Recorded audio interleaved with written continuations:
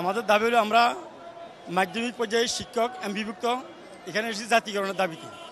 একটি হাই স্কুলের সরকারি হাই স্কুল এবং বেসরকারি হাই স্কুলের মধ্যে শিক্ষাগত যোগ্যতা একই শিক্ষাক্রমে সব কিছু হয়ে থাকে, কিন্তু বেতন ভাতার দিক দিয়ে অনেক বিশাল একটা বৈষম্য রয়েছে।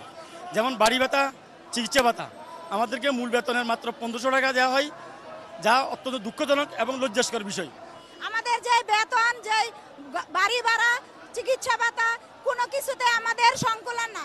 আমরা মানবতার আর্থ মানবতার মধ্যে জীবনযাপন করছি।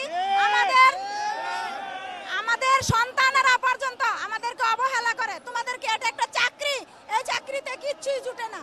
এখান থেকে আমরা সরকারের কাছে আমাদের সকল শিক্ষকের, বাংলাদেশের সকল এমপিভুক্ত শিক্ষকের পক্ষ থেকে আমাদের দাবি হলো, আমি রূপগঞ্জ থানা নারায়ণগঞ্জ জেলা থেকে আসছি। আমাদের দাবি হলো যে আমরা এরকম একটা 100 ভাতা, 100% ঈদ বোনাস এবং সর্বোপরি আমরা একটা জাতীয়করণের দাবি করছি। আমরা যেন আমাদের আর্থ মানবতা থেকে মান সম্মান নিয়ে বাঁচতে পারি এবং আমাদের চাকরি শেষে যেন আমাদের একটা সম্মানসম্মত জীবন পাই যারা বেঁচে থাকি।